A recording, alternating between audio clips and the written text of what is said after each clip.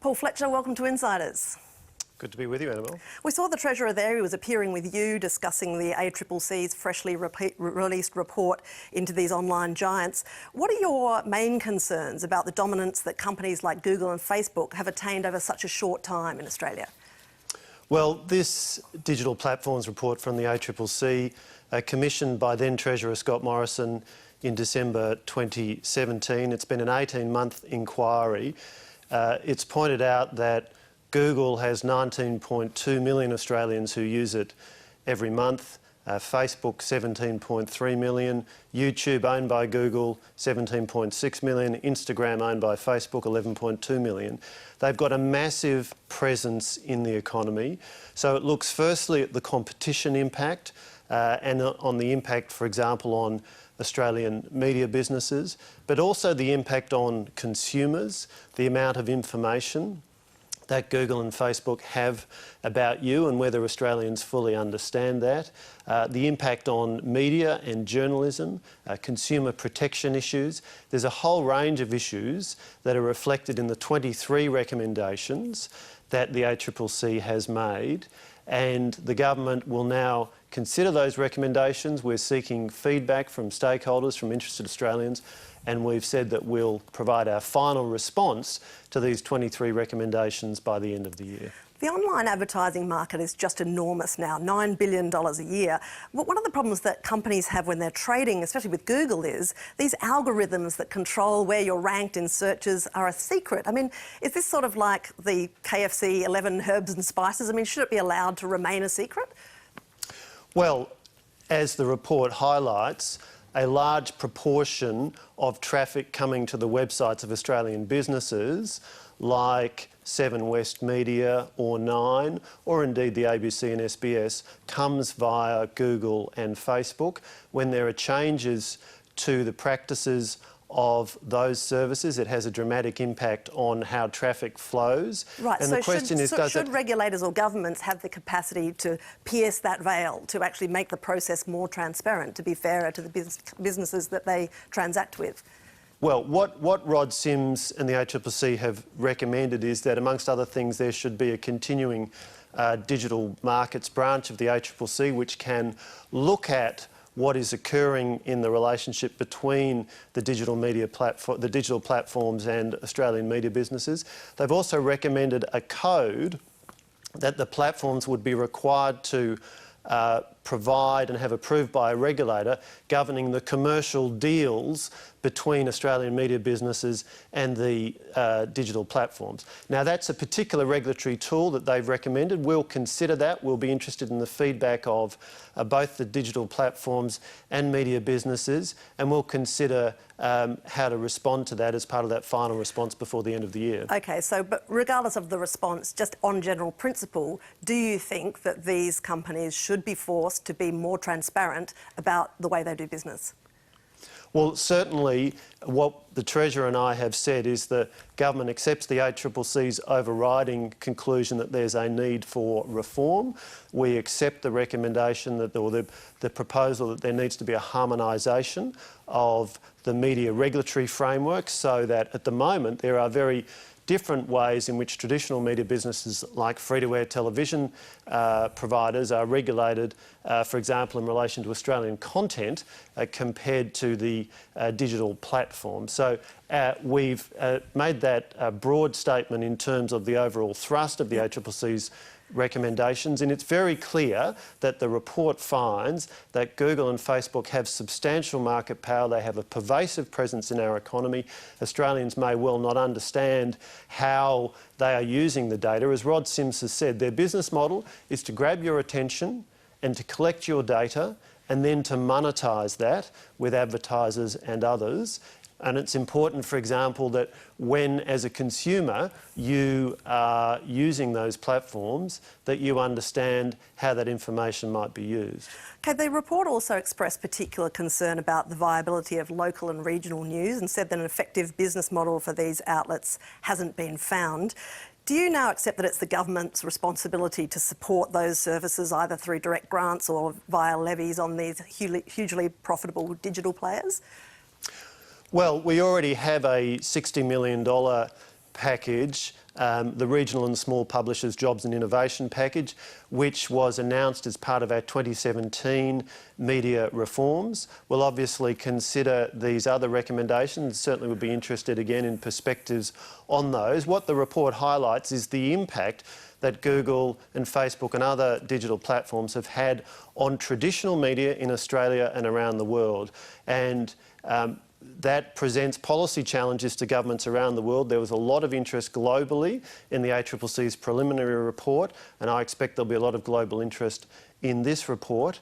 Certainly, there are many more choices now available to Australians. Enormous amounts of information available to you over digital platforms, so there is choice and diversity. But the question is, what is the impact, for example, on local newspapers, on regional newspapers, and what would be an appropriate policy response?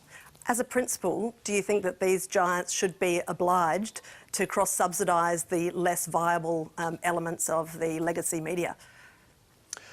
Well, the report doesn't make specific recommendations about cross-subsidisation, for example, but what it does call for is a harmonised media regulatory framework. So today, the free-to-air networks have an obligation to show a certain amount of Australian content. They've got to pay to produce that or to acquire that.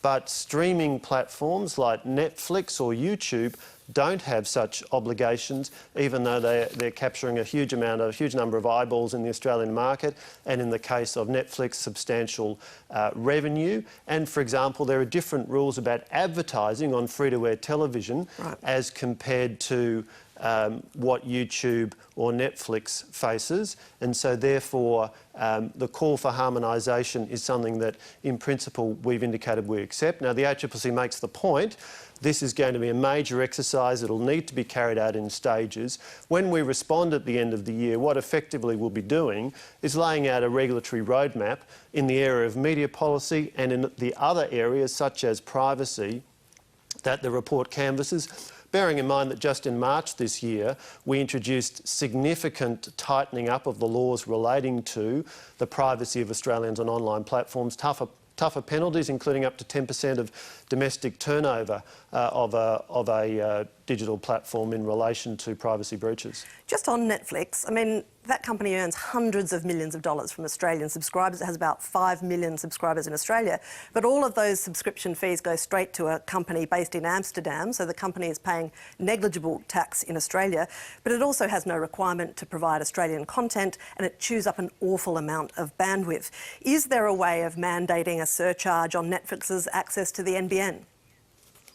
Well, certainly the NBN itself has recently released a discussion paper which has asked retail service providers questions about a whole range of possible pricing options. Now that's a matter for NBN board and management in terms of setting NBN prices. In relation to broader policy settings, you know, the Treasurer has been pretty clear about our government's approach in relation to tax on global businesses in relation to their Australian activities. There is GST on Netflix, and the question about Australian content obligations on businesses that are supplying content to millions of Australian consumers is the kind of question that emerges in considering the recommendation for a harmonised media regulatory framework. But I think there's a lot more work to do to consider that recommendation and to seek the views of stakeholders, as we'll do during the consultation But let me put it period. more simply. Would you like to see Netflix making a bigger contribution to the Australian economy? Well, Netflix certainly, there is GST on Sure, you said that, but I mean, Netflix services. They're getting a pretty good deal, aren't they? They're not paying very much tax. They're using a lot of bandwidth, and they're getting the NBN on the same terms as everybody else. Should that change? I think as part of considering what might be included in a harmonised media regulatory framework, clearly one of the questions is obligations on free-to-air television networks and on subscription TV for Australian content. Does it stack up for Netflix not to have such obligations? Those are questions that we'll consider. We'll be interested in the feedback of stakeholders. But you don't think it's a fair deal the way it's working at the moment? Well, as this report analyses, there's a set of obligations on one set of businesses serving Australians and providing content, namely traditional free-to-air and pay TV operators. There is no such obligation on Netflix or indeed on Stan and others which are also providing content to Australians. And, you know, we're all watching a huge amount of television content delivered over the internet. Today, Australians on average on the NBN download 240 gigabytes of data a month. The equivalent number in 2010 across fixed line networks was around 11 gigabytes a month. That massive increase in data reflects the fact that we now have many more choices in terms of the content we can look at. We've got a network in terms of the NBN which facilitates people watching television over the internet, but it raises significant policy questions. Those are precisely the kinds of questions that this comprehensive ACCC report, over 600 pages, examines with its 23 recommendations, and a significant program of work ahead of us to examine those and come up with our final response. OK. Minister, Rob Harris in the Sydney Morning Herald this week reported that before the election you, as Social Services Minister, intervened personally to have a recommendation that New Start be increased, pulled out of the final report of a bipartisan select committee. Is that correct? Well, the recommendations of that in that report were agreed by the members of the committee. That's how it always works with a parliamentary committee. It's a report of the committee, of the members. There were Labor and crossbench members. Yeah. They signed off on those recommendations. I know, but they signed off first on a draft report that did have a recommendation to increase New Start, and after a direct personal intervention from you, that was removed in the final report. A parliamentary report, including this one, is determined and finalised. Its content, its recommendations are a matter for the committee members. As was the case here, they signed off on the report, Coalition, Labor and crossbench members. Did you have any contact with any member of the committee asking them to remove that recommendation from their final report? Well, again, the parliamentary committee reports, including this one, are signed off on by committee members. That's what happened here. And of course... It's a pretty easy question, though. Did you have any contact with anyone on the committee between the draft and final reports?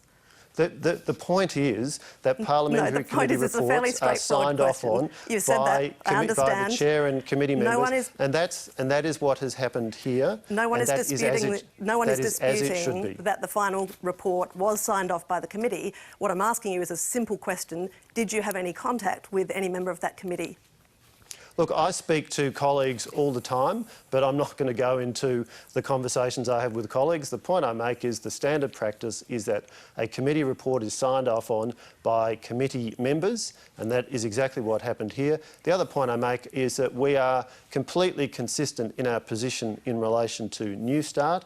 Our focus when it comes to New Start as a government is on getting people off of New Start and into the workforce as quickly as possible. We've created 1.3 million new jobs since we came to government. There are 230,000 people fewer of working age on welfare support in June 2018 compared to June 2014. So we're having considerable success in getting people off of welfare rolls into work. Of course, there's more to do, but New Start is designed to assist people to make the transition into the workforce. Sure. Look, it's totally clear to me from the way that you're answering questions that you did make a personal intervention, because if you hadn't, you would have said so quite quickly. Is it appropriate for a minister to intervene at the very end of a bipartisan committee process?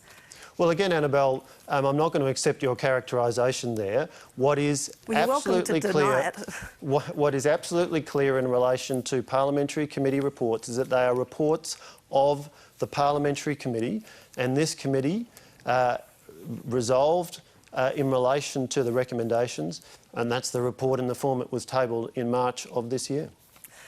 We're right out of time, Minister. Thanks for joining Insiders. Thanks, Annabelle.